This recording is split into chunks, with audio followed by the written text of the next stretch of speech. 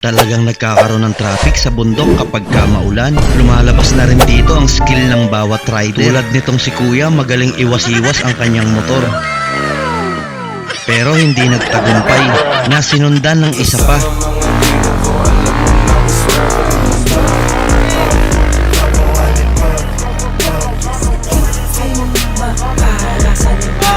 Kaso lang kusang humihinto sa dulas ng lupa, kaya umisa pa ulit ito. Kaso parehas lang ng resulta. Meron pa nga hindi umaalis sa kanyang pwesto. Guys, si Idol, papahinga muna siya. Kumukuha siya ng lakas sa magda. Mga mahinang nila lang, umuwi kayo sa bahay, matulog kayo. Eto na nga pala yung trail natin nung nakaraang Sabado, na kung saan dumaan tayo sa vulcanizing sandali habang inaantay yung mga kasama natin. Tapos pinakita ni Manong B yung bago niyang stand ng mga enduro. Tubo-tubo lang pero epektibo. Pantay muna natin yung pito kasi paling. Lagi na lang tayo napapalingan ng pito. Natin na lang kung bakit. Habang hinahantay nga natin ang mga kasama natin na dumating, ay napansin ko si ate. Sobrang aga pa para magdala ng emperador. Napakalakas talaga ni ate.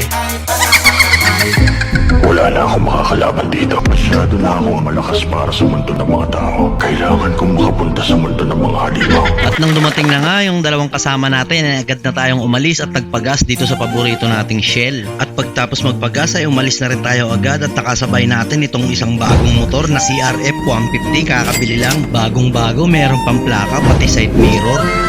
Pagpasok nga natin sa gubat ay nag-aabang na ang marami nating kasama. Kaya naman dumiretso na tayo agad. At dahil nga magdamag umulan kagabi ay talagang napakalagkit ng putik. Kaya isa lang ang sinisiguro ko, masayang trail day ito. At pagabante na nga natin ng konti, nakita natin may na 1-0 agad. Warm up lang daw ito para mamaya hindi na siya masyadong kabahan. At dahil meron tayong mga bagong kasama, kaya bawat kanto dapat ay huminto tayo upang hantayin sila. Kasama nga rin pala natin dito si Attorney na nahilig na sa trail. Ayan, patayo-tayo. Chill na chill lang ang mga bira dahil papasok pa lang tayo sa totoong trail. Nakasabay nga rin pala natin sa trail na ito si Nico De La Rosa. Kaya naman kinilig itong isang kasama natin. Napasayaw pa nga siya dahil idol niya si Nico. Muntik pa nga siyang mapaiyak dahil nakasama niya yung idol niya. At nang marating natin itong uphill na madulas. May isa rin guys, ayun o. Nakikita nyo, ayun. May nakaupo na isa para mag-video, nag-aantay. Inaantay na kumakaon tayo lahat, ayun o. At inunahan na kagad netong tatlo. Kitang kita na basic lang sa kanila ang pag-aron sa uphill. Kaya agad sumunod si Nico.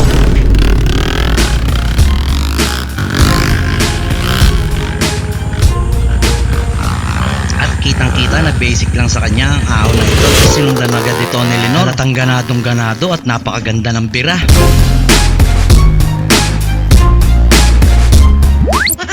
Kaso parang medyo na-slide siya. Tapos nung susubukan niya ng ibangon ng kanyang motor, ay na-slide siya ulit. Talagang madulas. Mga mahinang nila lang, umuwi kayo sa bahay, Kaya matulog naman kayo. bumuelo ito ulit sa gilid ng mga saging. Tapos sa kanya binira. Bumuelo na uli siya sa akin. At ayun, binasic na nito ang uphill. Success. Tapos yung mga sumunod, success din. Halatang sanay na sanay.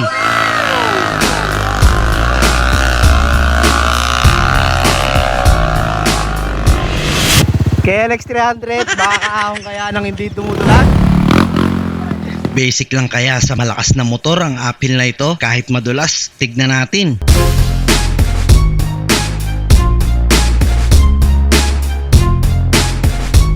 Dire-diretso lang umahon ang KLX na 300. Kaso lang parang nabitin yata ito sa bandang ibabaw. Kaya bumalik ito sa baba para makakuha uli ng buwelo at momentum.